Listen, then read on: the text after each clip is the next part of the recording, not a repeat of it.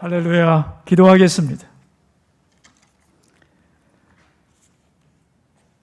사랑이 많으신 하나님 아버지, 우리 아름다운 교회에서 가을 신앙 사경회에 사모하는 영혼들이 그들의 마음을 담아 헌금을 드렸습니다. 물질이 있는 곳에 내 마음이 있다고 하신 아버지, 가장 소중한 물질을 주님 앞에 드리며 뜨겁게 사모하는 영혼들에게 금보다 더 귀한 믿음과 성령의 기름 부음과 아버지의 임재를 허락하여 주옵소서. 물질 없이 살 수 없는 세상이지만 하나님, 우리는 그 물질을 넘어서는 믿음을 가지고 살게 하시고 물질에 의하여 시험 들지 않는 강건한 믿음의 사람들이 다 되게 하여 주옵소서. 모든 것의 소유주가 되시는 우리 하나님을 섬기면서 두려워하지 않게 하시고 염려하지 않게 하시고 기도하며 열심히 살아가게 하시고 그들이 땀 흘려 수고할 때마다 30배, 60배, 100배 결실이 맺혀지게 하시며 축복의 통로로 살아가게 하옵소서. 살아가는 동안 물질 부족하여 절대로 어려운 일 없도록 하나님께서 풍성히 부어주시고 하나님의 넉넉함을 세상에 알려주고 그 풍성한 사랑을 전하는 사람으로 살게 하옵소서. 한 분 한 분의 헌금 속에 들어있는 간절한 소원에 응답해 주실 것을 믿사옵고 존귀하신 예수님의 이름으로 축복하며 기도하옵나이다. 아멘.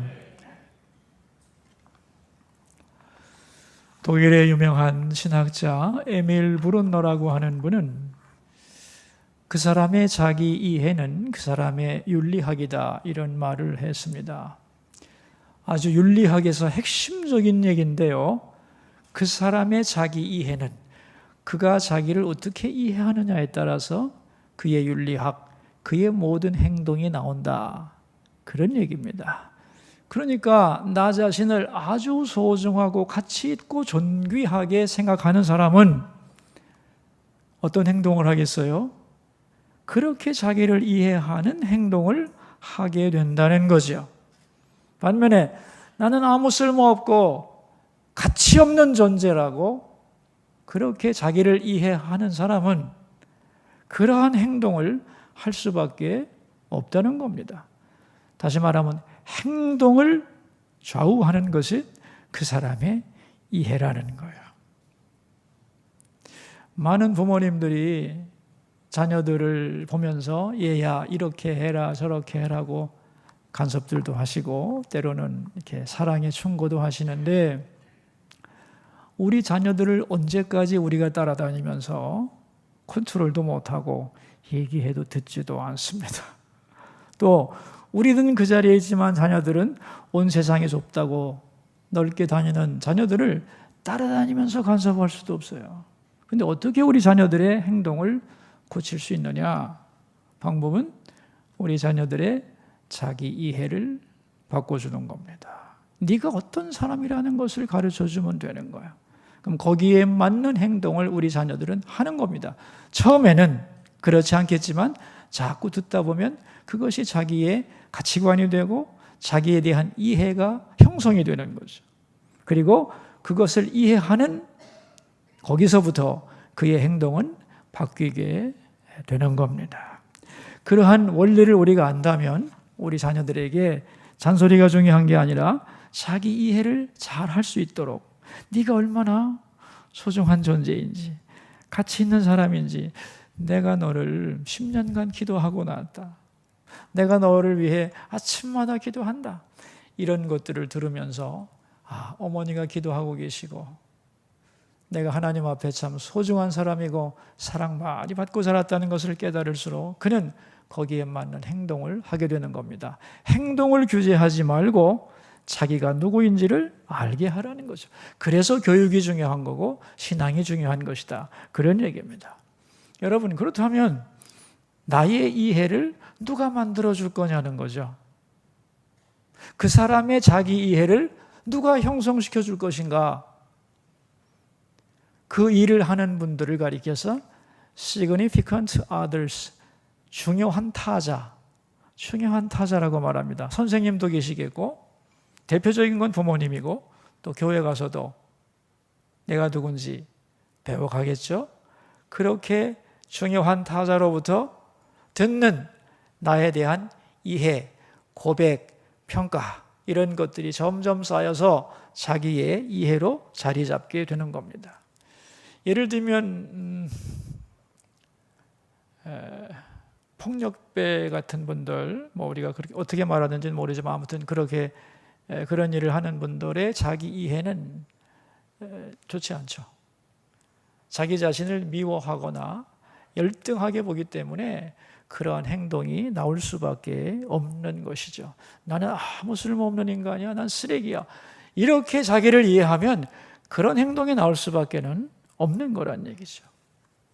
그래서 내가 누군가를 이해하는 게 아주 중요한데 여러분, 나는 누구냐는 질문 여러분 하고 계시죠? 태어나서부터 지금까지 계속 하는 질문이고 사실은 가장 어려운 질문인데요.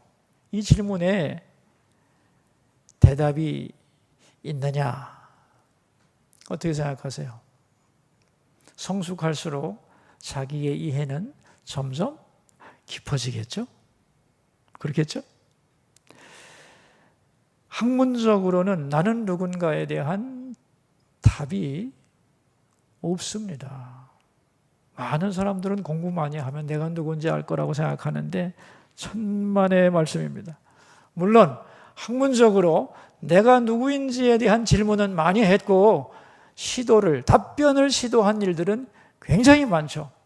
예를 들면 우리 생물학에 의하면 다윈의 진화론이 있잖아요. 그죠? 거기에 의하면 나는 누구냐 하는 거예요. 인간은 어떤 존재냐? 아메바로부터 시작해서 진화한, 그죠? 진화한 존재입니다. 동물과 질적 차이가 없는 존재죠. 그런가 하면 심리학에서는 인간을 어떤 존재로 보느냐 하면 성적인 존재입니다. 항상 성에 목말라 있고, 그래서 이 성 문제를 해결해 줘야만 인간이 자유로워진다고 생각을 하는 거죠. 심층심리학에서는. 사회경제학에서는 칼 막스 같은 사람들은 인간은 철저하게 물질에 의해 좌우되는 존재라고 생각을 합니다. 그런가 하면 실존주의 철학에서는 인간은 던져진 존재, 무의미하게 이 세상에 던져진 존재, 삶의 의미와 목적이 뭔지 모르고 살아가는 존재라고 규정을 합니다. 이걸 다 종합해보면 인간은 어떤 존재냐, 나는 누구냐 하면은 결론이 나오죠. 인간은 짐승 같은 존재다. 짐승과 다를 바가 없다. 그리고 언제나 성적으로 목말라 있고 돈이라면 사족을 못 쓰고 그리고 왜 존재하는지 이유도 알지 못하고 이 땅에 살아가는 존재다. 이게 학문적인 인간이해의 종합입니다.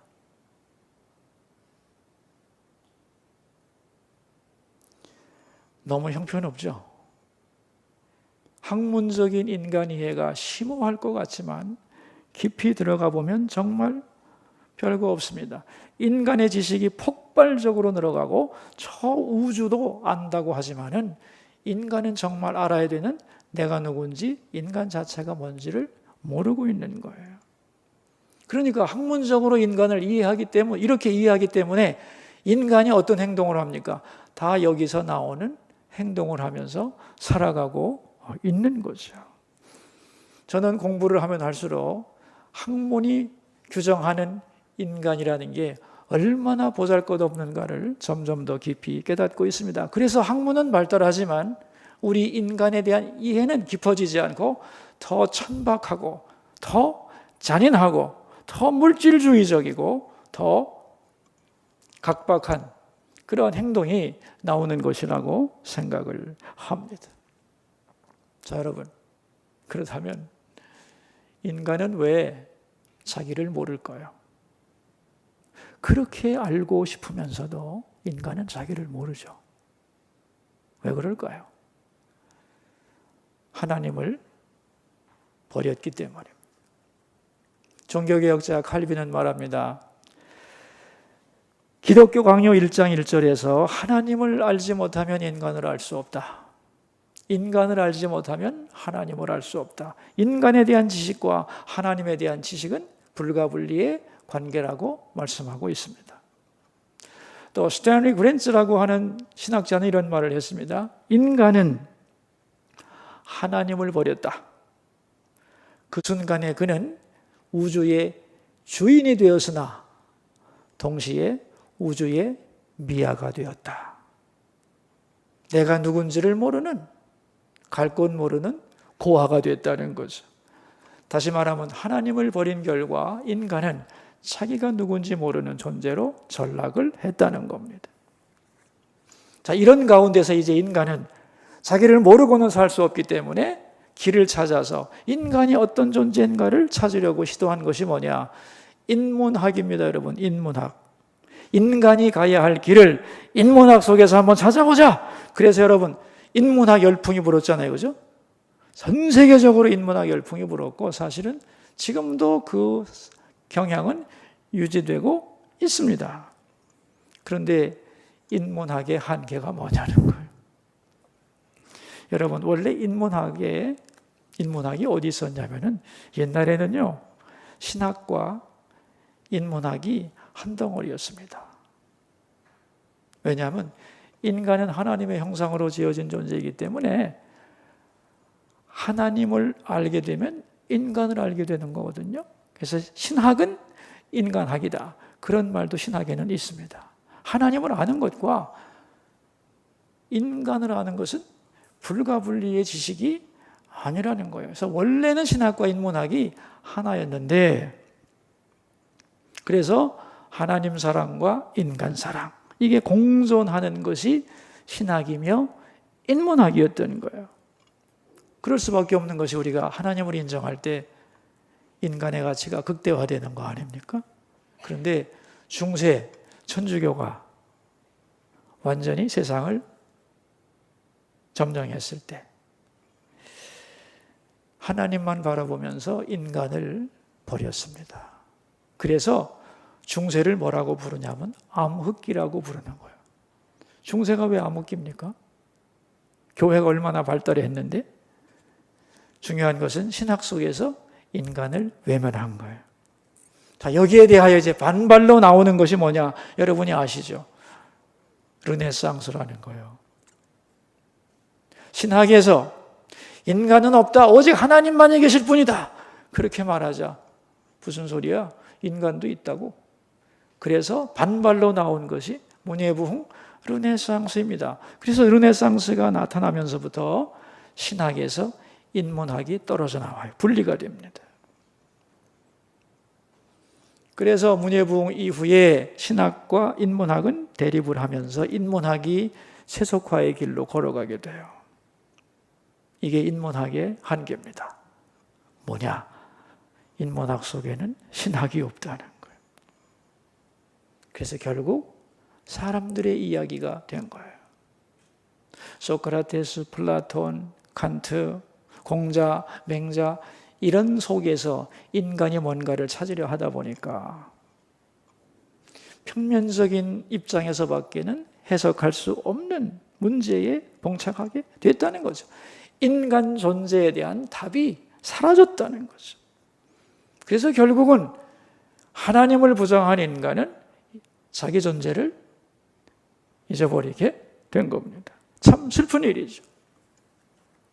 여러분, 2차 대전 후에 프랑스 파리에서 아주 유명한 쇼가 벌어졌습니다. 어떤 쇼였느냐 하면은 2차 세계대전 때 이제 군대 갔던 그 젊은이들이 돌아왔는데 그 전쟁 중에서 일본군에게 너무 가혹한 뭐라고 그럴까요? 가혹한 그 학대를 당해가지고 기억상실증에 걸린 군인들이 꽤 많이 있었어요.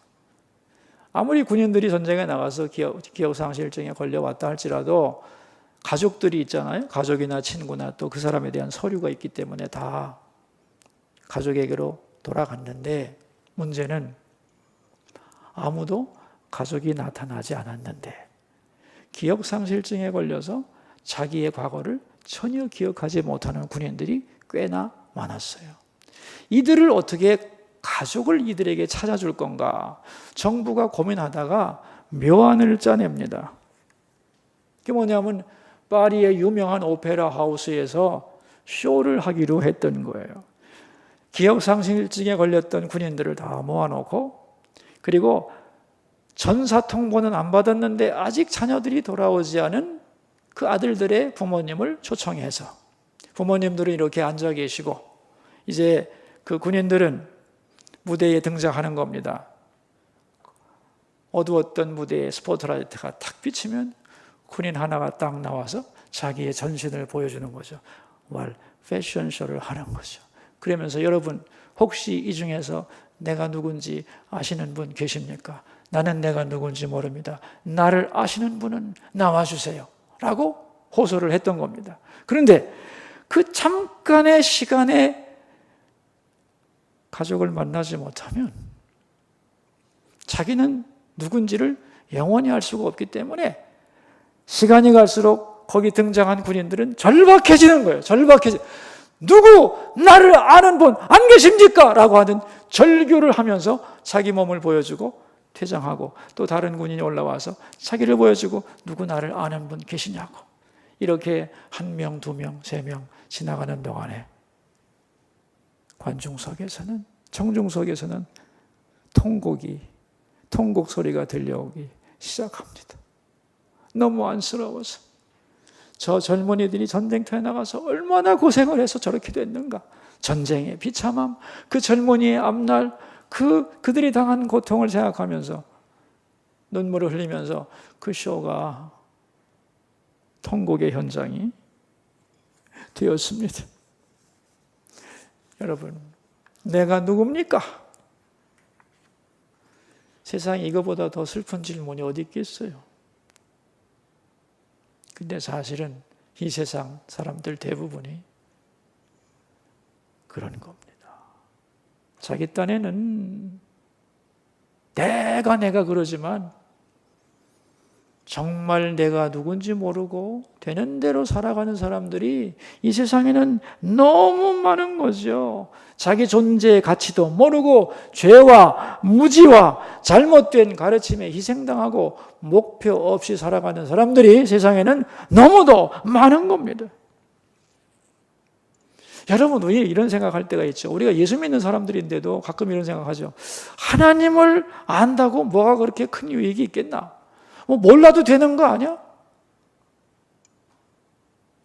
많은 분들이 그렇게 생각해요. 여러분, 아닙니다. 모든 것이 하나님으로부터 오는 거예요. 우리가 세상을 살아가면서 가지고 있는 관점을 세계관이라고 부르잖아요. 그죠? 네, 세계관에는 3요소가 있습니다. 세계관의 3요소. 첫째가 신, 하나님이에요. 둘째가 세상. 셋째가 인간입니다. 세계관의 3요소가 뭐라고요? 신, 세상, 인간이에요. 자, 신을 놓고 생각합시다. 신이 없다. 그럼 뭐예요? 무신론이죠. 그죠? 자, 무신론적 세계관을 가지고 있다 하면 신이 없는 것으로 끝나는 게 아닙니다. 무신론자가 바라보는 세상은 어떤 세상일까요? 무신론자는 말이죠, 이 보이는 세상이 원래부터 이 모습 이대로였다고 생각하는 사람들이에요. 그래서 이걸 뭐라고 부르느냐? 자연이라고 불러요. 스스로 자, 그럴 연. 원래부터 세상은 이렇게 있었던 거야. 그럼 무신론자가 보는 인간은 어떤 존재일까요? 진화론의 산물이에요. 그러니까 너는 아무리 소중한 존재라고 가르쳐도 무신론자의 깊은 마음 속에는 무슨 소리야. 내가 아메바로부터 시작된 원숭이가 내 조상인데 뭐 자기 이해의 한계가 있는 거예요. 다시 말하면 신을 어떻게 인정하느냐에 따라서 거기서 끝나는 게 아니라 그가 생각하는 세상과 인간 이해가 바뀌어지게 되는 거예요. 자, 우리 불교의 범신론 같은 거 있죠. 범신론이 뭐죠? 신이 모든 게 신이다 하죠. 그죠? 모든 게 신이다. 이게 범신론이에요. 그럼 범신론이 바라보는 세상은 어떤 세상일까요? 범신론이 바라보는 세상은 이 세상 자체가 헛개비입니다. 사실은 없는 건데 있는 것처럼 착각하는 거예요. 색즉시공 공즉시색이에요. 사실은 없는 거예요. 헛개비, 마야라고 부르죠. 그럼 그 범신론에서 생각하는 인간은 뭐죠? 인간은요, 신이에요. 모두가 다 신이에요. 그러니까 모든 것 속에 신성이 들어있는 거예요. 그러니까 어떤 결과가 오냐면은 산에도 신성이 있고 나무에도 신성이 들어있고 바위에도 신성이 있고 강에도 신성이 있고 동물에도 신성이 있고 꽃 속에도 신성이 있고 나도 신성이 있으니까 결국 나는 뭐예요? 나는 산이고 나는 바다이며 나는 바위이며 나는 새이며 나는 원숭이이며 나는 저기 있는 한 마리의 새. 다시 말하면 나와 너, 신과 토가 불이 똑같다는 거예요. 결국 이것은 뭐냐면 자기의 자아가 없어지는 거예요. 나라는 존재가 없는 거예요. 나는 우주와 하나 된 존재예요. 내가 더 성숙해지면 내가 우주고 내가 자연이요. 그렇게 이해할 수밖에 없는 거라는 거예요. 다시 말하면 신이 어떤 존재냐를 이해하느냐에 따라서 그 사람의 모든 것은 다 바뀌게 돼 있어요. 그래서 여러분, 그래서 하나님을 안다는 게 너무너무 중요한 거예요. 우리는 하나님을 믿고 사는 사람들이기 때문에 이게 별거 아니라고 생각하지만 안 믿는 사람과 대화를 나누다 보면 자기 이해에 대하여 굉장히 복잡한, 정리되지 않은, 왜? 바로 신관에 의하여 세상과 인간에 대한 규정이 이루어지기 때문에 신을 바로 알지 못하면 세상도 바로 알 수 없고 자기 자아도, 자신도 정확하게 이해를 할 수 없다는 거죠. 그런데 사람들은 이렇게 생각하지 않아요.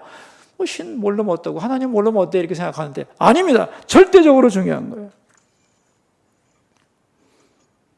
이번에 우리 사경회 주제를 좀 정해 주시라 해서 제가 인생사명 선언서 이렇게 한번 정해 봤어요. 이 가을에 나는 누군가 생각하고 또 하나님 앞에서 내 인생의 사명이 뭔가, 그리고 앞으로 나는 어떻게 살아야 되느냐, 이런 의미를 담아서 인생사명선언서라고 하는 제목을 한번 정해봤습니다. 여러분, 인생사명선언서는 또 뭘 인생사명서라고 할까요? 인생을 통하여 내가 이루고 싶은 내 삶의 설계도를 인생사명선언서라고 하죠. 그죠? 내가 살고 싶은 삶의 목적과 방향을 정리해 놓은 것이 인생사명선언서입니다. 여러분에게는 인생사명선언서가 있나요?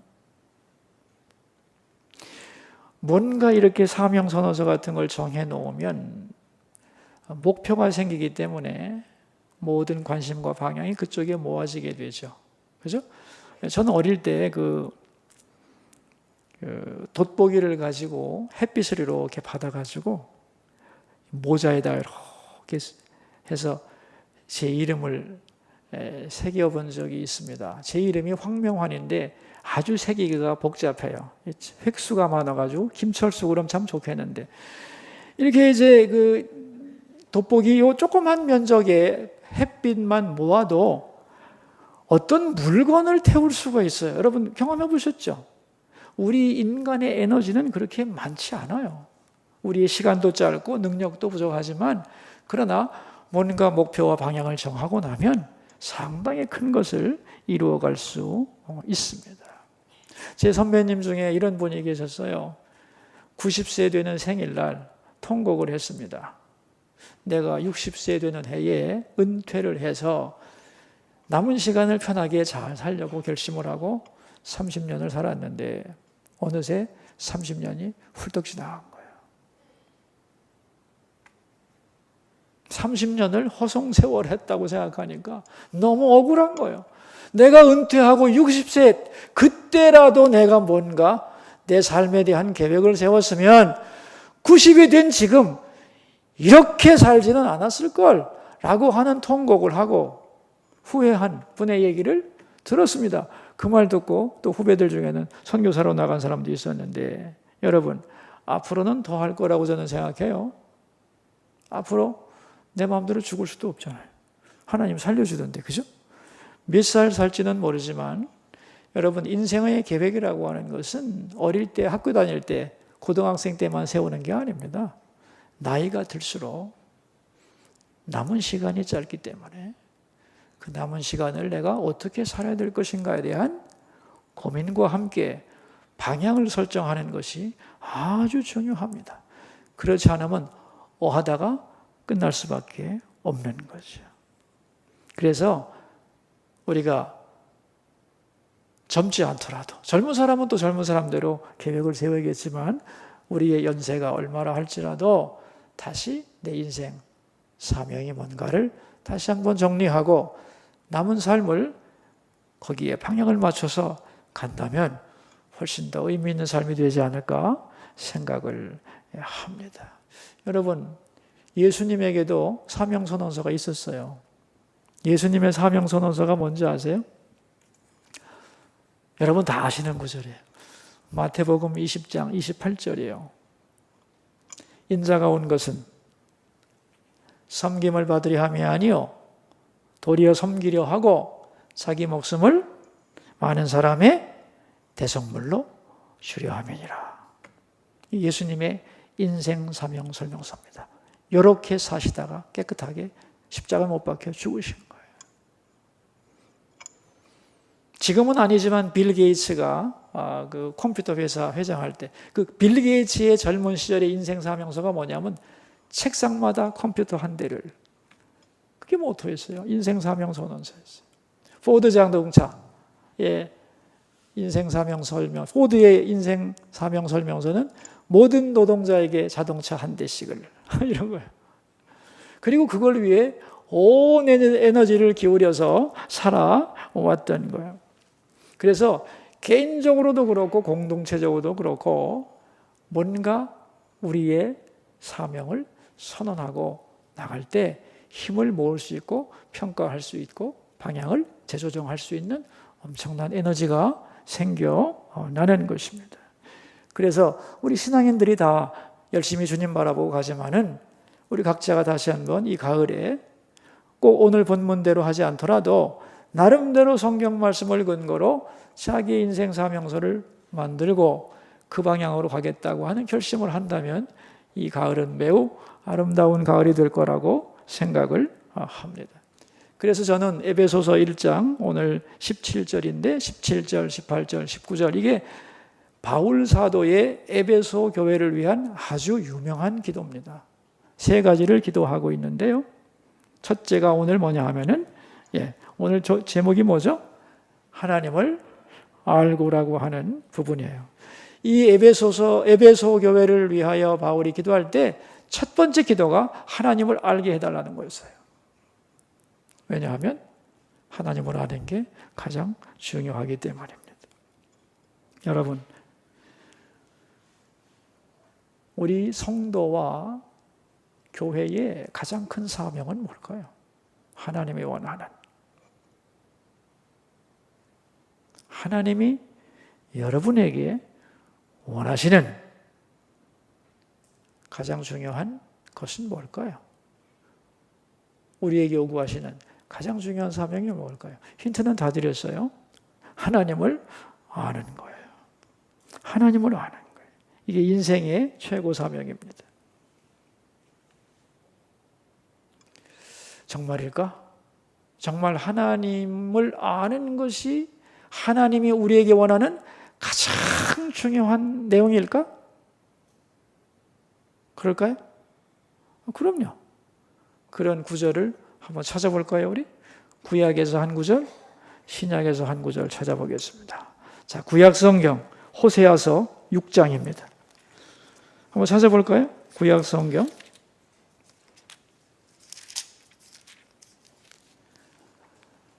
구약성경 호세아 6장. 제가 가진 성경은 1261면에 있네요.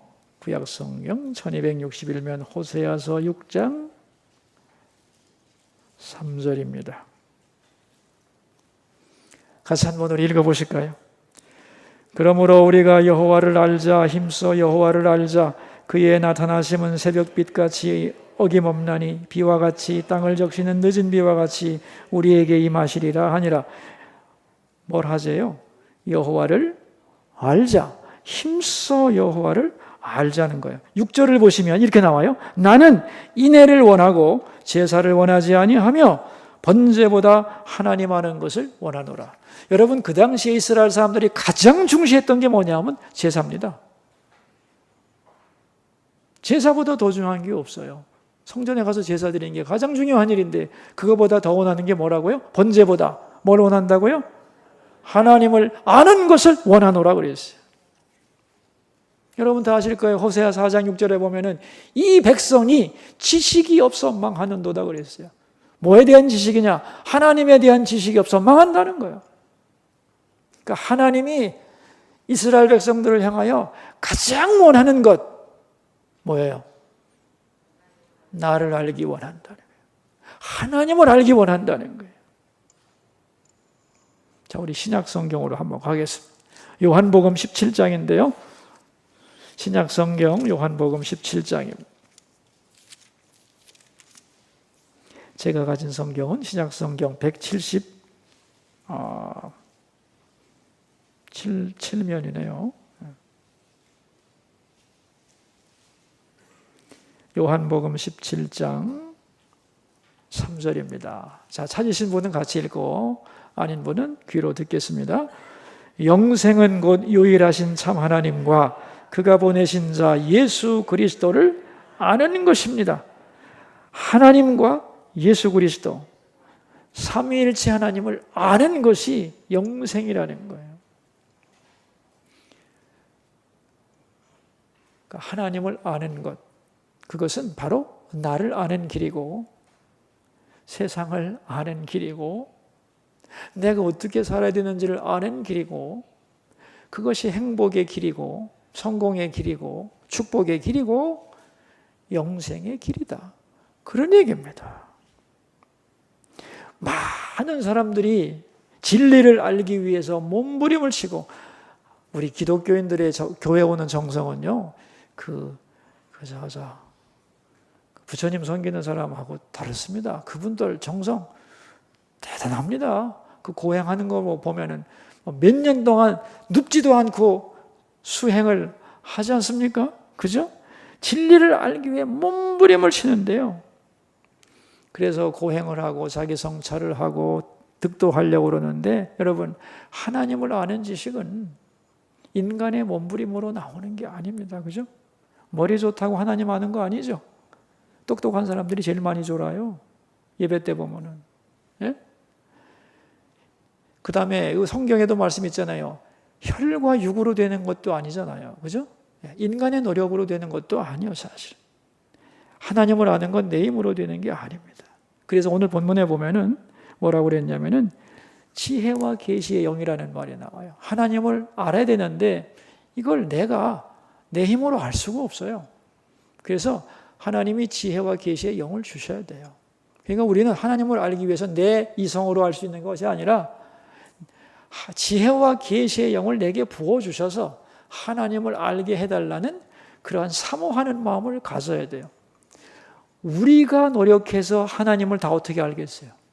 근데 하나님은 사모하는 자에게 지혜와 계시의 영을 주셔서 당신을 우리 자신에게 나타내 주셔요. 근데 사모하는 것까지는 우리가 해야 됩니다. 하나님을 알려고 하는 갈망, 사모하는 마음, 그럴 때 지혜와 계시의 영을 주셔서 하나님을 아는 은총의 세계로 우리를 이끌어 가신다. 그런 얘기입니다. 저는 목사로서 우리 성도들하고 기도도 나누면서 또 기도를 가르치면서 기도 제목이 뭐냐고 들어보면서 많은 기도의 제목들을 알고 있습니다. 또 메모했다가 꼭 이루어졌는지 묻기도 하고 그러는데, 여러분, 우리의 최고의 기도 제목이 뭐냐 하면은 하나님을 더 알게 하소서예요. 여러분, 이런 기도 해보셨어요? 하시는 줄로 압니다.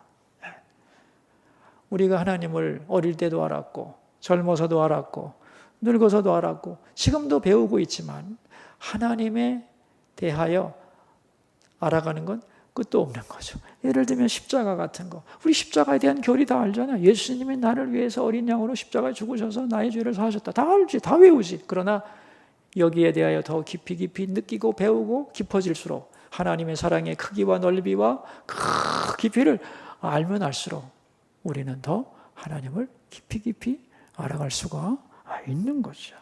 여러분이 기도할 때도 정말 제일 빼놓지 않아야 될 게 뭐냐면은 하나님을 알게 해달라는 거예요. 어제보다 오늘 하나님을 더 알게 해달라고.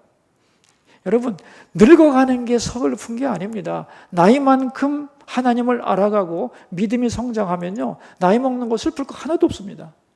문제는 나이는 먹는데 하나님을 알지 못하고 믿음이 자라지 않아서 슬픈 것이지, 안 그렇습니까? 나이 먹게 돼 있는 건데요, 뭐. 신앙만 성숙해지고 하나님을 아는 지식만 깊어지면 우리는 정말로 하나님과 깊은 교제를 나누며 얼마든지 어떤 환경 속에서든지 충만한 은혜 가운데 거할 수가 있는 거죠. 많은 부모들이 자녀들이 뭐 건강하고 좋은 직장 갖고 좋은 사람 만나서 결혼하기를 바라고 많이 기도하는데, 제가 제 아이를 위해 기도하는 내용은 다 그런 것도 있지만 하나님을 더 깊이 저 아이가 알아가기를 갈망합니다. 빼놓지 않고 있습니다. 하나님을 아는 사람이 되는 것, 하나님을 더 알고자 몸부림치는 것, 여러분, 이게 하나님이 가장 좋아하는 일이고 나에게 가장 원하는 일이라는 것을 잊지 마시기를 바라요. 하나님을 위해 봉사도 하고 헌금도 하고 다 좋아. 내 몸을 불사르게 내주는 것도 좋아. 그러나 더 좋은 건 뭐냐면 하나님을 알려고 몸부림치는 거예요. 나는 이것을 가장 원한다는 이 하나님의 마음을 여러분이 마음속에 깊이 생각해 주기를 바랍니다. 하나님을 알게 해달라고. 그런데 많은 사람들이 하나님을 바로 아느냐? 그렇지 못해요. 제대로 하나님을 알아야 되는데 가짜 하나님을 섬기는 사람들도 많습니다, 여러분. 그래서 이런 말이 있어요. 하나님의 숫자는 사람만큼이나 많다. 똑같은 하나님인데 여러분에게 백지를 드리고서 하나님은 어떤 분이에요? 라고 써보라고 그러면 다 다를걸요? 어떻게 생각하세요? 다 다르다고요, 그게. 어거스틴이 유명한 말을 했어요. 세상의 모든 사람들, 야만인과 도둑들도 자기 나름대로의 하나님을 섬긴다. 그러나 그 하나님은 성경의 하나님이 아니라 자기가 상상한 하나님이다. 그러므로 성경에 계시된 인격적인 하나님을 섬기지 않으면 하나님이라는 이름을 가진 우상을 섬기게 된다 그랬어요. 여러분, 우리가 이걸 잘 알아야 돼요. 우리가 하나님이라고 생각하지만 하나님이 그건 나 아니야. 그런 사람도 많다는 거예요. 다시 말하면 진짜 하나님을 섬기는 사람과 하나님이라는 이름을 가진 우상을 섬기는 사람도 교회 안에 많은 겁니다. 그래서 그 하나님에 대한 오해 때문에 시험 드는 거지 뭐 다른 거 있습니까? 그래서 우리가 정말로 하나님을 바르게, 성경에 계시된 하나님을 바르게 하는 것이 너무너무 중요하다는 거예요. 그리고 저는 분명히 생각합니다. 교회 안에 바른 하나님을 믿는 것보다 약간 잘못된 하나님을 믿는 사람이 훨씬 많을 거다. 그래서 어떻게 바른 하나님을 가르쳐야 하고 바른 하나님을 알기 위해 몸부림쳐야 되느냐, 이 교회에서 할 일이라고 저는 확실히 믿고 있습니다. 하나님에 대한 설명을 뭐 끝없이 할 수 있지만 여러분, 어느 분이 저한테 그런 얘기를 하시더라고요. 자기 친구가 전도를 열심히 했더니 그 친구가 자기 보고 그러더라는 거예요. 야, 너 평생 하나님 믿었는데 하나님이 누구냐? 설명 좀 해봐라. 그 얘기를 듣고 할 말이 없어가지고 그 목사님한테 물어야지. 그랬더니 네가 50년 믿고 하나님을 모르는데 내가 이제 믿어서 뭐 하겠냐? 안 간다. 이랬다는 거예요. 충격을 받고 와가지고 목사님, 하나님이 누구신가요? 이렇게 묻는 거예요. 저도 진짜 충격을 받았습니다. 신앙생활 잘하는 모범교인이었거든요. 하나님이 누구냐는 거예요. 여러분, 하나님을 나름대로 다 설명할 수 있겠죠. 뭐 좋으신 하나님, 뭐 어떤 하나님 할 수 있지만 여러분, 하나님이라는 그 폭넓은 그분을 압축해서 내가 머릿속에 기억하려면 세 가지만 기억하면 돼요. 하나님은 세 가지만 설명하겠어요. 압축해서. 첫째가 뭐냐면 창조주 하나님이에요. 어떤 하나님이라고요? 창조주 하나님. 창세기 1장 1절이 뭐예요? 네? 성경을 딱 펴면 뭐가 나와요? 창조주 하나님이다. 하나님이 세상을 창조하셨다고 하는 게 나오잖아요. 사도신경 첫머리가 뭐예요? 사도신경 우리 신앙 고백의 1번. 나는 전능하신 아버지 하나님 천지의 창조주를 믿습니다. 우리 기독교 신앙의 1번이 뭐예요? 구원이 아닙니다. 창조예요. 창조신앙이라고요. 창조신앙. 그러니까 하나님은 어떤 분이냐? 가장 하나님을 묘사하는 데서 빼놓을 수 없는 게 뭐냐? 창조주 하나님입니다. 하나님은 세상을 창조하셨어요. 그죠? 예, 저절로 생긴 세상이 아니고 무의미하게 존재하는 게 아니라 우리 각자 다 목적이 있어서 하나님의 특별한 뜻을 가지고 하나님은 세상도 만드셨고 우리를 창조하셨고 보시기에 심히 좋았다 말씀하셨죠. 그래서 인간은 창조의 걸작품입니다. 여러분 옆에 아주 좋은 병원이 있습니다만은 분당 서울대병원 인간 못 만들어냅니다. 생명 하나님이 불러가시면 가야지. 1000명, 100명, 10,000명의 의사가 붙어 있다고 막을 수 있습니까? 이 세상의 모든 과학을 총동원해도 코스모스 한 송이를 못 만들어냅니다, 여러분. 가을에 코스모스 이쁘죠? 그 꽃 한 송이를 온 인류의 모든 지성과 모든 기술을 가지고도 만들어낼 수 없어요. 창조 위대한 겁니다. 그죠? 하나님이 창조하신 원리가 과학적이기 때문에 우리 기독교는 과학을 열심히 해야 된다고 저는 생각해요. 근데 문제는 과학주의, 과학적으로 해석이 안 되면 부정하는 잘못된 과학주의가 문제지 과학은 굉장히 좋은 거죠. 창조 자체가 과학적이기 때문에 하나님이 천지를 창조하셨다는 것. 그래서 하나님은 누구시냐 그러면 창조주 하나님이에요. 두 번째는 뭐냐면 계시의 하나님이에요. 계시의 하나님. 다시 말하면 하나님은 창조해놓고 끝나는 분이 아니고 우리에게 오늘도 말씀하는 분이라는 거예요. 역사를 다스리고 우리에게 진리를 가르쳐 주시고 우리를 인도해 가시는 분이 바로 계시의 하나님이에요. 계시라는 말은 뭔지 알죠? 뚜껑을 여는 거예요. 감추인 것을 드러내는 거예요. 그래서 하나님은 계시의 하나님이에요. 우리에게 오늘도 다가와서 말씀하는 분이에요. 많은 분들이 이런 생각을 해요. 내가 하나님을 찾는데 하나님이 나를 안 만나준다고 생각하는 분들이 많아요. 내가 하나님 쫓아가면 하나님이 날 잡아봐라. 그리고 가시고 또 잡으려고 그러면 날 잡아봐라고 계속 하나님이 저쪽으로 옮기시는 분이라고 생각하는데 여러분 절대로 아닙니다. 정반대입니다. 하나님은요 인간을 추구하는 분이에요.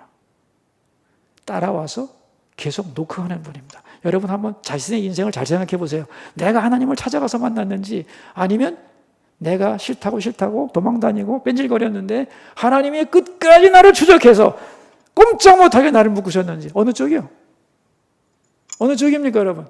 여러분이 진실한 믿음을 가지고 있다면 내가 하나님 찾아서 만났다는 말 할 수 있는 사람 한 명도 없어요. 하나님이 우리를 집요하게 그죠? 그래서 어떤 사람은 그렇게 말했어요. 사냥개처럼 끝없이 나를 찾아와서 만나주시고 무릎 꿇게 하시고 하나님하고 두 손 들게 하시고 그죠? 그게 뭐예요? 계시의 하나님이에요. 그리고 말씀하는 하나님이에요. 여러분 하나님이 많이 찾으셨고 기다려주셔서 오늘 내가 있다는 것 이해하시죠? 네. 우리가 쫓아서 하나님 만나는 거 아니에요. 내 인생을 잘 생각해 보세요.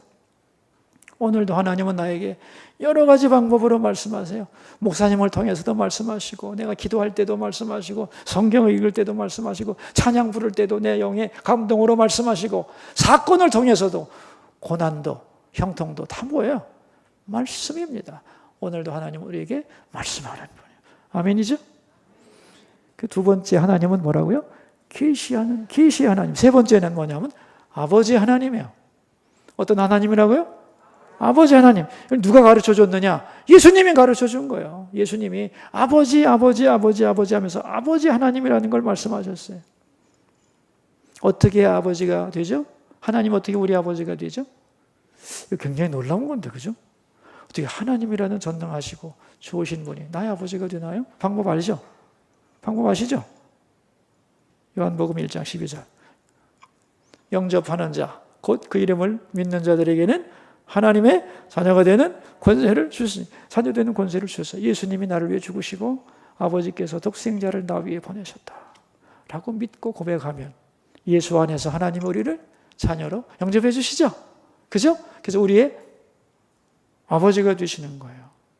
하나님에 대해서 100가지로 설명할 수도 있고 1000가지로 설명할 수도 있지만 결코 빼놔서는 안 되는 거 3가지만 뽑으라면 요거예요.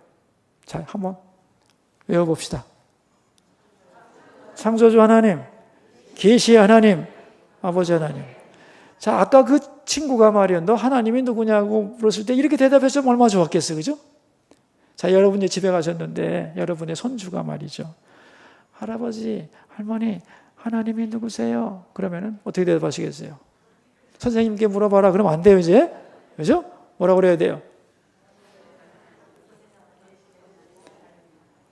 그렇게 공식처럼 말하면 애들이 안 들어요. 여기에 살을 보태야지. 하나님이 누구시냐고? 하나님은 말이지, 모든 세상에 보이는 걸 만드신 분이란다. 그리고 말이지, 너도 하나님이 만드셨어. 아빠 엄마를 통해서 만들어 이 땅에 보내셨단다. 하나님이 모든 걸 만드셨단다. 그리고 너를 보고 기뻐하시고 기대하고 계시는 하나님이란다. 가르쳐줘야 되는 거예요. 그리고 하나님은 오늘도 너한테 말씀하는 분이야. 또 하나님 음성 들을 수 있다? 교회 가면 선생님이 가르쳐 주시지? 목사님이 말씀하시지? 잘 들어봐라. 그 속에 하나님의 음성이 있단다. 그리고 아빠 엄마가 기도하고 얘기하는 거, 그 속에도 하나님의 음성이 있는 거야. 하나님이 안 보인다? 아니야. 하나님이 계시고 하나님은 우리에게 언제나 음성을 들려주신 분이야. 네가 귀를 듣고 하나님 들려주세요 라는 마음을 갖고 들어봐라. 네 마음속에 하나님의 음성이 들려올 거다. 아멘이죠? 왜? 계시 하나님이니까. 그리고 하나님은 너의 아버지다. 아, 아빠는 여기 있잖아. 여기 있는데 저기 또 아빠 있어.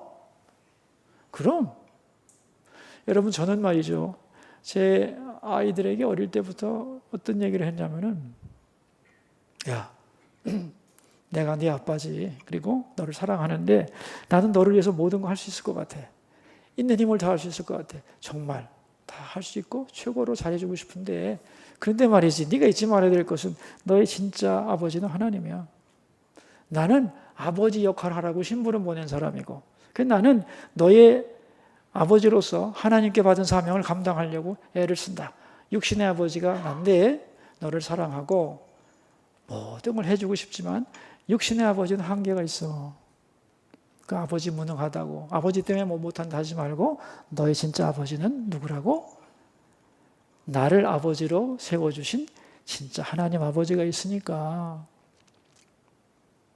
너의 진짜 아버지를 하나님이라는 걸 잊지 마라 그랬어요. 늘 그렇게 가르쳤어요. 근데 제가 재작년인가 우리 아이가 이제 29인데 어느 날 그 얘기를 하다가, 아빠한테 받은 교육이 많지만 제일 기억에 남는 거, 하나님, 어릴 때부터 하나님이 너의 진짜 아빠라는 것.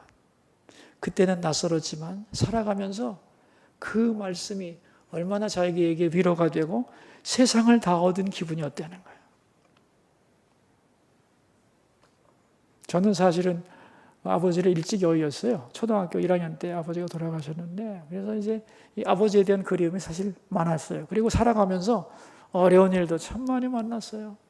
그럴 때마다 어릴 때는 오히려 모르겠는데 커가면서 중요한 결정을 하고 고민이 많을 때 이럴 때 아버지가 계시면 참 얼마나 좋겠나 그런 생각을 많이 했어요. 그리고 하나님의 아버지라는 것을 배우고 나서는 그 아버지라는 말이 그렇게 좋았어요. 그래서 제가 힘들 때마다 꼭 하나님께 뭐라고 그랬냐면, 하나님, 육신의 아버지도 계시면 이럴 때 참 좋을 텐데 나는 육신의 아버지가 안 계시니 하나님 아버지께서 육신의 아버지보다 더 좋으신 아버지시니까 나의 이 문제를 개입해 주시고 그 아버지의 사랑으로 나를 도와달라고 그런 기도 참 많이 했어요. 근데 응답이 되지 않은 게 하나도 없었어요.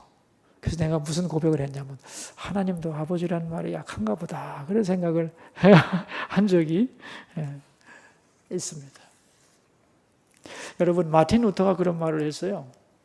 하나님은 하나님이라고 불리우기보다는 아버지로 불리기를 기뻐하는 분이다 그랬어요. 여러분, 이 세상의 아버지들 참 자식 사랑하죠? 우리는 자식 사랑 그러면 그냥 모성애만 생각하는데 모성애 대단하죠, 진짜. 그런데 부성애는 가짜인 줄 아십니까? 부성애도 만만치 않아요. 그 많은 세월의 수고와 땀과 눈물을 자식을 위해 아낌없이 줬습니다. 아버지들. 자기의 뼈가 없어지도록 일하잖아요. 그 부성애가 어디서 온 거라고 생각하세요, 여러분? 모든 어머니들의 모든 모성애를 다 모으고 모든 아버지들의 모든 부성애를 다 모아도 그걸 누가 줬느냐? 하나님이 주신 거예요. 그죠? 하나님이 보내신 자녀 잘 키우라고. 그러니까 모든 어머니들의 모성애와 모든 아버지들의 부성애를 다 모아도 하나님 사랑만 갖지 못하죠. 어떻게 생각하세요? 전 그걸 확실히 믿습니다. 우리가 하나님이 아버지라고 하는 것을 기억할 필요가 있어요. 그래서 세 가지. 정말 하나님은 창조주, 계시자, 아버지. 이게 신앙 성장의 발달 단계예요. 처음에는 창조주로 알다가 그 다음에 그 음성 들으면서 이제 그분이 나의 진정한 아버지라는 것을 고백하는 것이 신앙 성장의 과정입니다. 물론 우리는 이 고백이 더 깊어지겠고 그 속에서도 사랑을 더 많이 성장하면서 계속 하나님을 더 알아가야 된다고 생각합니다. 많은 교인들 중에도 하나님 무섭다고 생각하는 분 굉장히 많아요. 그죠? 네, 그 하나님을 점점 더 알면서 진짜 하나님을 자꾸 알아가야 되죠. 여러분, 하나님을 알면 어떻게 되느냐? 하나님을 알면 말이죠. 그 결과가 아는 데서 끝나지 않아요. 알면 어떻게 되느냐? 사랑하게 돼 있어요. 하나님은요. 하나님을 사랑하면 어떻게 되게 돼 있는 줄 아세요? 사랑하면 순종하게 돼 있어요. 사랑하면. 순종하면 어떻게 되는 줄 아세요? 동행하게 돼 있어요.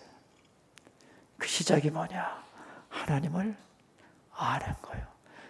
잘못된 하나님이 아니라 바른 하나님을 알면 알수록 그분을 사랑하고 더 사랑하게 돼. 더 사랑하게 돼. 그리고 더 뭐 하게 된다고요? 순종하게 되고 그 다음에는 더 동행하게 되는 거예요. 더 동행하게 되는 거예요.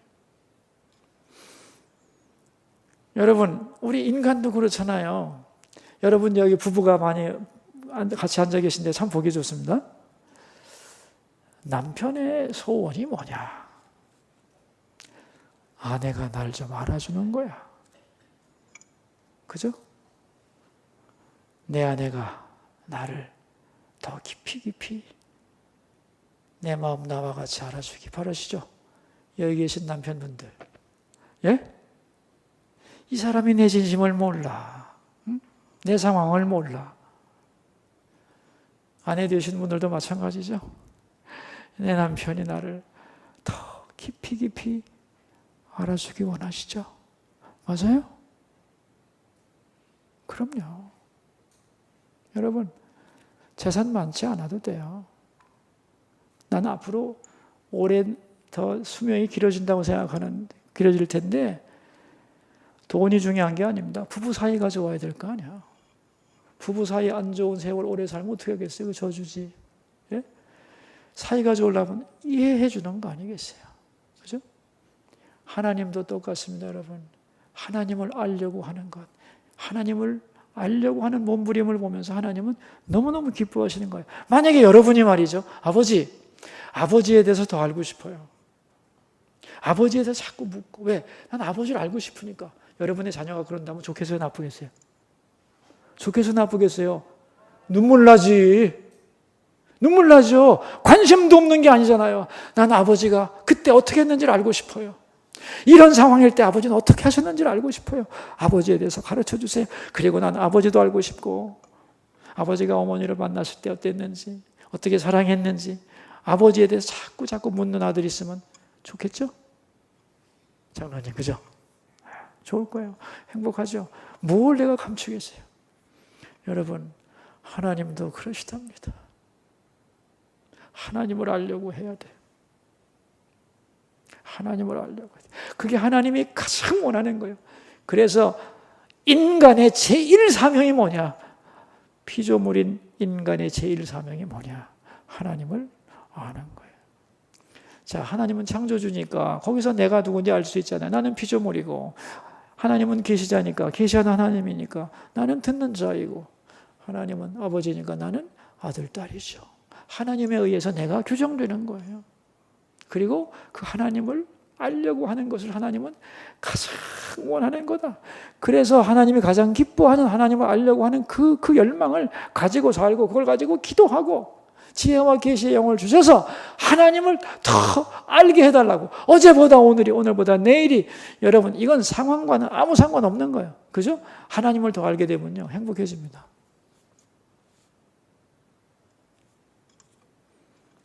하나님을 그럼 아는 방법이 뭘까요? 더 잘 아는 방법이 뭘까요? 예? 가장 하나님이 자기를 알기 쉽게 하기 위해서 우리에게 주신 선물이 있습니다, 여러분. 그게 뭘까요? 그게 뭘까요?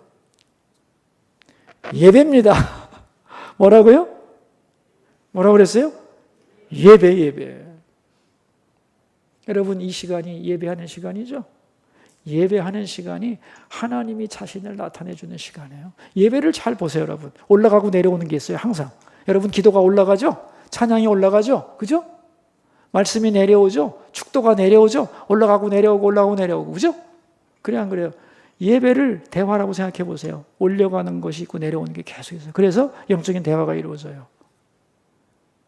그러면서 하나님과 교제하면서 하나님을 알아가게 되어 있어요. 그러니까 예배를 잘 드리는 것 자체가 하나님을 알아가는 가장 지름길이에요. 젊은이들이 하나님을 알고 싶다고 그러면서 뒤에서 핸드폰하고 앉았어요. 딴짓 하지 말고 예배할 때 사모하는 마음으로, 그죠? 예배를 드리는 게 하나님을 알아가는 굉장히 좋은 비결이고, 하나님을 알게 해달라고, 말씀을 통해서 하나님의 음성을 듣게 해달라고 기도하면서 들으면 볼륨이 개미 소리같이 들리기도 하지만 내 영혼에 꽝꽝 부딪혀오는 말씀이 될 수 있죠. 그죠? 그래서 하나님을 알아가는 거예요. 성경도 그냥 막 읽는 게 아니라 사모하는 마음으로 읽으면 하나님은 사랑이라, 이 말이 그냥 지나가던 말이었는데 이제는 내 가슴속에 콱 박히면서 그 말씀 하나에 붙들려서 눈물이 쏟아지고 새로운 결단을 할 수 있는 것이에요. 그죠? 하나님은 말씀하는 분이에요. 사모하면 말씀하는 분이에요. 그리고 예배를 통해서 하나님은 자기를 알려주기를 기뻐하시는 분이에요. 그래서 예배 잘 드리시고, 또 성령께서 감동을 주시면 거기에 나름 응답하려고 리스폰스 하기 위해서 애를 쓰셔야 돼요. 그러면 그만큼 신앙도 성장하고 하나님을 더 알아갈 수 있게 되는 겁니다. 저는 우리 분당 아름다운 교회 모든 성도님들이 하나님을 더 알게 되기를 바랍니다. 더 알려고 간절히 소망하는 분들이 되기를 바랍니다. 찬송가에도 있죠. 예수도 알기 원함은 크고도 넓은 은혜와 대속해 주신 사랑을 간절히 알기 원하네. 내 평생의 소원, 내 평생의 소원, 대속해 주신 사랑을 간절히 알기 원하네. 여러분의 마음이 되어야 할 줄로 믿습니다. 하나님의 소원이며 우리를 향한 갈망이에요. 내 인생의 최고의 사명이 뭐라고요?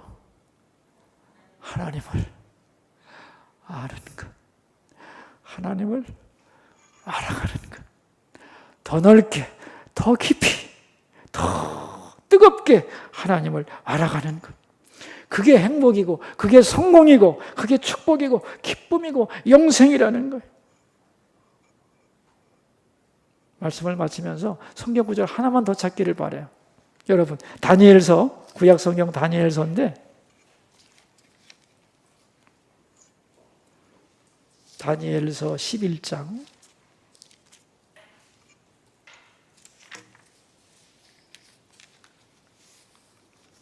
찾으셨어요? 제 성경은 1254면인데 다니엘서 11장 32절입니다.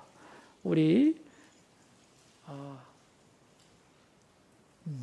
다니엘서 11장 32절.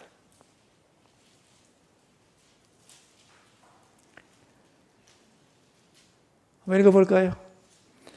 그가 또 언약을 배반하고 악행하는 자를 속임수로 타락시킬 것이나 오직 자기의 하나님을 아는 백성은 강하여 용맹을 떨치리라.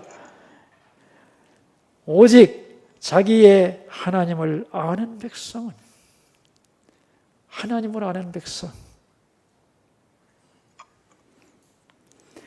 세상은 말이죠, 언약을 배반하고 악행하는 자를 속임수로 타락시키는 복잡하고 어려운 세대가 다가오지만 오직 자기의 하나님을 아는 백성은 어떻게 된대요?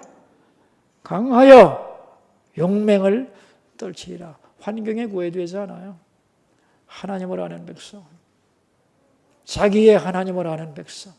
여러분, 하나님은 우리가 그런 자가 되기를 원하는 거예요. 하나님이 너는 나를 알지. 그죠?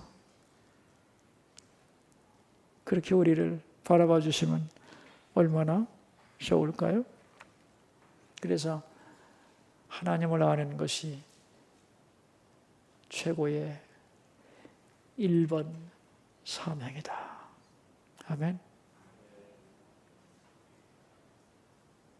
하나님을 사랑하고 또 알고 사랑하고 순종하고 동행하는 우리 분당 아름다운 교회 식구들 되기를 주의 이름으로 축원합니다. 기도합시다. 여러분, 우리 한 가지만 기도합시다. 하나님을 알고자 하는 불같은 마음이 내 속에서 일어나게 하시고 또 내 자녀들이 하나님을 아는 자녀들이 되게 해달라고, 교회 안에 하나님을 아는 지식이 충만하게 해달라고, 내 나이만큼 하나님을 더 깊이 알아갈 수 있게 해달라고 우리 기도합시다. 소리내서 우리 여러분 자기 귀에 자기 소리가 들리도록 소리내서 기도합시다. 하나님,